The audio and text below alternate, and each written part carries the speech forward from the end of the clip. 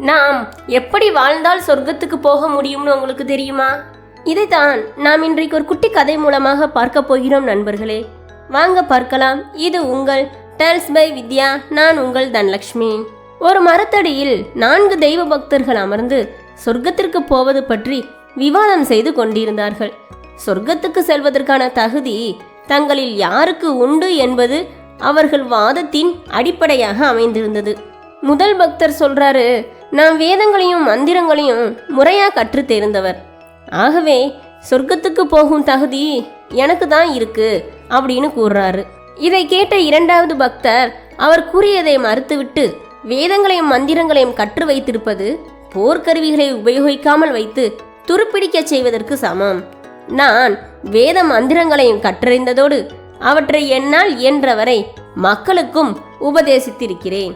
அதனால் சொர்க்கத்துக்கு போகும் தகுதி எனக்கு தான் உண்டு என்று இரண்டாவது பக்தர் கூறினார்.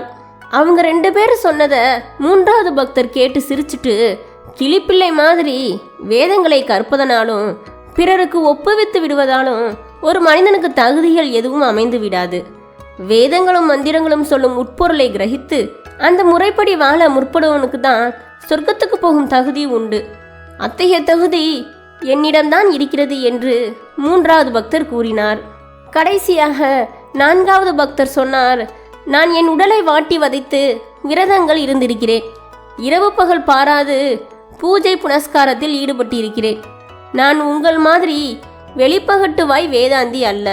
சொர்க்கத்துக்கு போவதற்கான தகுதி என்னிடம்தான் இருக்கிறது என்று சொன்னார். அந்த 4வரும் பேசுவதை அருகில் இருந்து ஒரு வயதான மூதாட்டி கேட்டுக்கொண்டிருந்தார். அவர் மாட்டுச்சாணத்தை கொண்டு வரட்டி தட்டி கொண்டிருந்தார். தன்னுடைய வேலையெல்லாம் முடித்து விட்டுட்டு, நாம் போனால் நிச்சயம் சொர்க்கத்துக்கு போகலாம் என்று சொல்லிக்கிட்டே நடக்க ஆரம்பித்தார். அந்த மூதாட்டி போற வேகத்தை பார்த்தா அவர் நேரா சொர்க்கத்துக்கே போய்விடுவார் போல் தோன்றியது. பக்தர்கள் 4வரும் வேகமாக எழுந்து அவர் பின்னாலே ஓட ஆரம்பித்தார்கள். அந்த மூதாட்டியை வழிமறித்து, பாட்டி, நாங்கள் எவ்வளவோ தகுதிகளை பெற்றிருப்பதாக எண்ணிக்கொண்டிருக்கிறோம், ஆனால் எங்களால் சொர்க்கத்துக்கு போக முடியும் என்று உறுதியாக சொல்ல முடியவில்லை. ஆனால் நீங்கள் நான் உறுதியாக சொர்க்கத்துக்கு போவேன் என்று எப்படி சொல்கிறீர்கள்?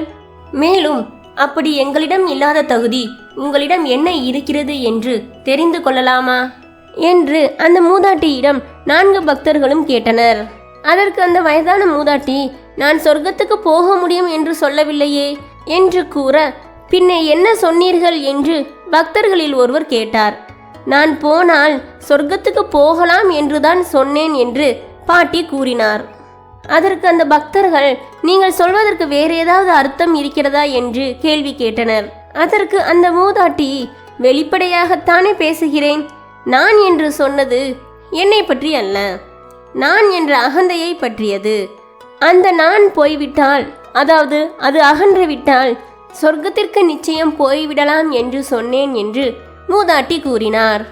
இவ்வாறு சொல்லிவிட்டு அந்த மூதாட்டி அந்த இடத்தை விட்டு போய்விட்டார். இதை கேட்ட 4 பக்தர்களும் நான் என்ற அகந்தைக்கு ஆளாகி வெட்கத்தால் தலை குனிந்து நின்றனர்.